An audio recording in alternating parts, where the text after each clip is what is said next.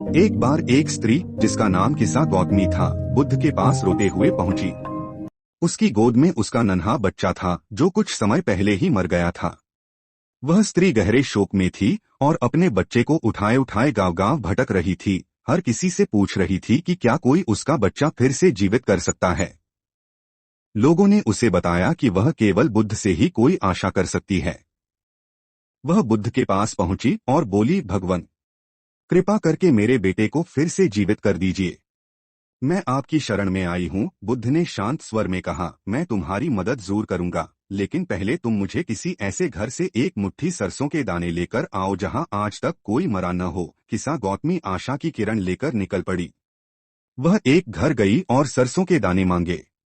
लोगों ने देने को तैयार हो गए, लेकिन उसने पूछा, क्या इस घर में कभी कोई मरा है? लोगों ने कहा, हाँ, हमारे दादाजी का देहांत हुआ था। वह अगले घर गई। वहां भी वही उत्तर मिला, किसी का भाई, किसी की माँ, किसी की पत्नी। हर घर में मृत्यु ने दस्तक दी थी। पूरा दिन बीत गया और वह एक भी ऐसा घर न पा सकी जहां कोई मरा न हो। अंत में वह बुद्ध के पास लौट आई। उसकी आंखों में अब आंसू नहीं थे, बल्कि समझदारी और शांति थी। बुद्ध ने पूछा, क्या तुम सरसों के दाने लाई? किस्सा गौतमी ने उत्तर दिया, नहीं प्रभु, हर घर में कोई न कोई मृत्यु से पीड़ित है।